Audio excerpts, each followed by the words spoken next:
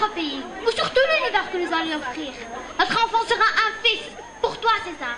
Parisis, j'en fais serment.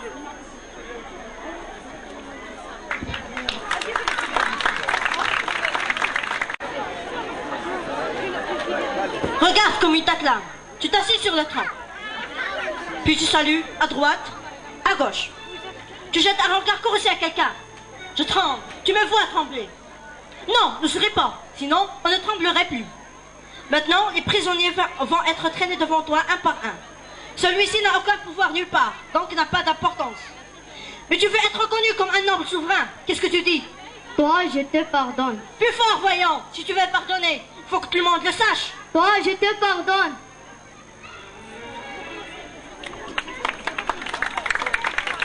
Vous êtes important. Antoine est le bienvenu dans la maison de César, aussi jeune qu'il lui plaira de venir. La femme de César a le droit de savoir la vérité avant qu'elle ne soit déformée par les bavardages romains. Comment Marie a épousé la reine Cléopâtre? La cérémonie selon le bavardage en question s'est déroulée selon le rite égyptien. Il a été proclamé sous l'alignement de Dieu égyptien. Cela a dû plaire à César. Tu ne peux être pris au sérieux. Nous connaissons César, toi et moi. Elle avait bien un motif politique. Peut-être une cérémonie symbolique pour ratifier l'alliance de l'Égypte avec Rome. Tu es bon et loyal, Antoine. Tu es venu aussitôt que tu as pu. Malheureusement, les bavardages malveillants vont plus vite que toi. C'est la vérité.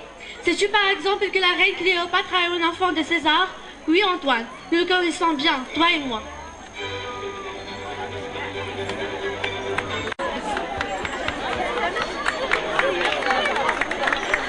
S'il faut qu'il meure pour que Rome puisse vivre, s'il faut accomplir cette tâche nécessaire pour que ce soit, sans peur, sans honte non plus, si le monde doit apprendre que c'est Rome qui ne voulait pas de roi, agissons ouvertement comme des hommes libres, qui se font un honneur de frapper en plein jour. Demain, dirons-nous dans la curie de Sénat, et devrons-nous être armés, tous armés. Je me souviens de quelque chose de curieux. À un moment donné, César nous a demandé, à chacun de nous, quelle mort nous préférions.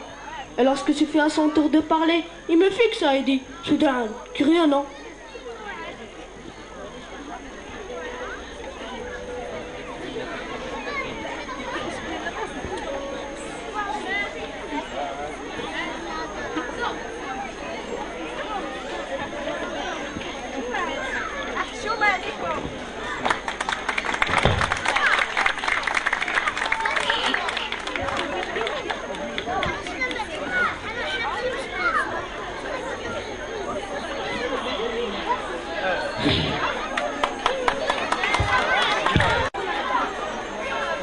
Depuis bien des années, Antoine a l'habitude de se nourrir des miettes que son ami César laissa tomber de sa table.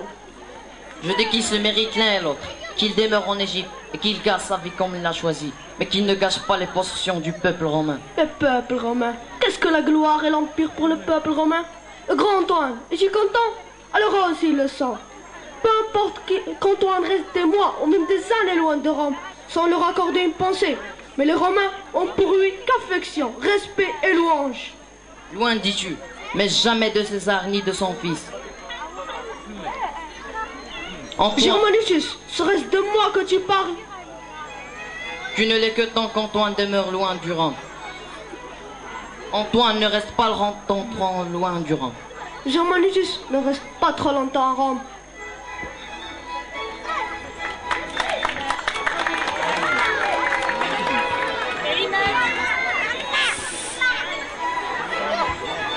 Antoine sache à quel point il est cher au cœur de tous les Romains. Il a été absent pendant très longtemps. Peut-être pourrions-nous le persuader de rester encore plus longtemps. Tu parais oublier qu'il n'y a pas plus de 6 mois. Je demande pardon, Grippal, et à tous nos ancêtres. Je ne suis pas d'accord qu'une jeune veuve se retire de l'existence. Depuis que ton époux est mort, tu n'es pas sorti d'ici. Et serait-ce pour ta santé? Je crois qu'un changement s'impose. Dans ce cas, je demande pardon à Grippal et à tous nos ancêtres.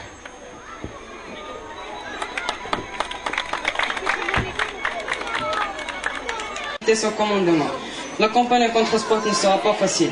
Combien de légions nous reste-t-il? C'est difficile à dire, aucune n'est complète. Il y a trop de désertions. Tu te rappelles quand nous sommes rentrés en Grèce? Je vivais avec eux, je mangeais avec eux. J'étais l'un d'eux alors. Ils semblent distants maintenant comme si ce n'était qu'un souvenir. Il faut trouver de l'or pour les payer, du blé pour les nourrir. Nous avons besoin de navires et d'armures. Et vous suggérez que nous cherchions toutes ces choses? J'ai pensé peut-être un peu vers l'Orient, peut-être plus au sud.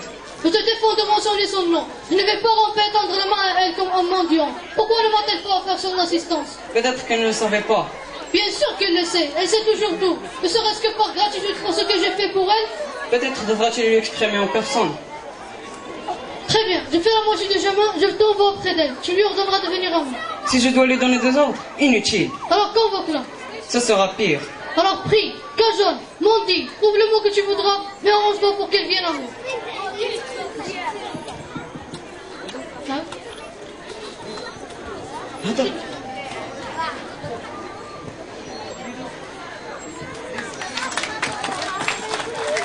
Croix, sans aucun doute. 3 ans et Rome ne se souvient de lui que par son village sur une pièce d'art. Ce sont celles que je t'ai ramées. Après tout, quand Octave les a fait frapper, c'est pour commémorer la déification de César. Afin d'éviter la divinité de César, comme il a évité le reste. Et quand il est mort, même l'un d'eux ne peut réécrire son testament. Antoine a tout de même représenté la revendication de Césarion au Sénat. Il a tenu cette partie de ses prônes. Et il tiendra également le reste. Même après 3 années après la mort de César, 1 année après la bataille de Philippe, Marc-Antoine viendra. Il a besoin de l'Égypte. l'Égypte c'est toi. C'est ce que je voulais dire.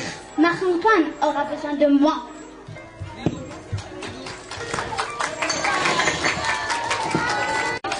Ai-je la permission de parler? Vite parle. Des nouvelles de Rome. Marc-Antoine et César se sont vus et ont conclu un pacte. Antoine dit que Tellurier sera sous sa domination. L'Égypte sera déclarée alliée de Rome. Il a réussi. Il y a plus. Pardonne-moi, Majesté, mais il y a eu un mariage. Pour raison d'État. Le mariage d'Octave avec Marc-Antoine. Rien de plus. Ils sont en ce moment à Athènes. Antoine viendra à Alexandrie pour négocier l'alliance de Rome avec l'Égypte. Laissez-moi seul. Complètement seul. Une audience avec toi, seul à seul. Quel est le motif de cette audience? Je n'ai aucunement l'intention de parler en public. Tu es devant le trône d'Égypte. Je sais où je suis. Tu dois préciser ton but. Je n'accorde pas d'audience privée avec des personnes non identifiées. Je suis Marcus Antonius. Oui, je sais qui tu es. Mais qui es-tu en ce moment? Envoyé de Rome, en consul de l'Empire romain, situé à l'est de l'Italie. Très impressionnant ce titre. Dites peut-être d'une audience privée.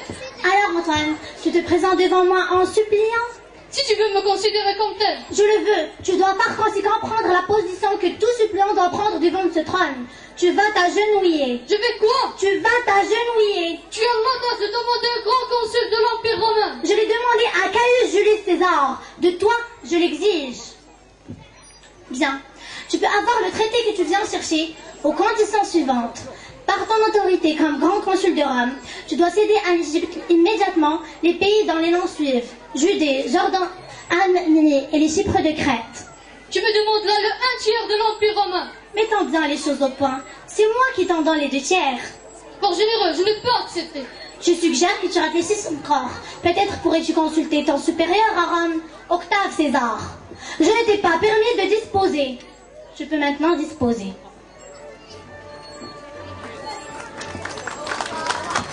Comment aurais-je pu refuser? Simplement en disant non, comme tu as dit non à toutes mes demandes. Ce n'est pas raisonnable. Ces conditions sont celles qu'oppose un ennemi sans défense. Tu n'es pas sans défense. Pas encore. Je ne saurais pas considérer les territoires que tu veux. Cela conduira à une rupture entre Rome et moi. Pourquoi pas? Pourquoi crois-tu que je les ai demandés?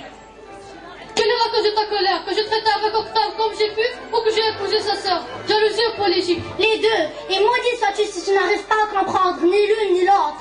Il ne m'est pas venu à l'esprit de te demander des instructions. C'est pour cela que tu reviens enchaîné à Octave comme un esclave, par l'élégance et la plus exquise des chaînes. Je suis revenu, c'est ce qui devrait t'intéresser. Tu crois? Pour combien de temps? Ton maître te suffira-t-il pour que tu reviennes en courant vers lui ou vers elle? Je n'ai qu'un seul maître, mon amour pour toi. Ton maître ne doit pas être l'amour. Si tu te donnes, tu te jettes en même temps dans l'oubli total de ce que tu es et de ce qui tu es. Quelle confiance te possède? Octave a un maître? Son ambition régnait sur l'Empire romain comme on le ferait Dieu.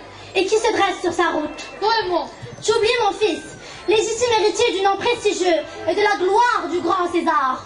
Ce nom et cette gloire, Octave les a déjà volés.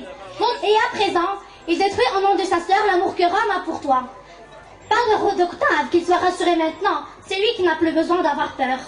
Montre-moi une cité et je te dirai comment la prendre.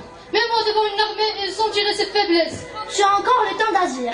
Tu m'épouseras solennellement sur le rite égyptien. Ce n'est pas raisonnable. C'est une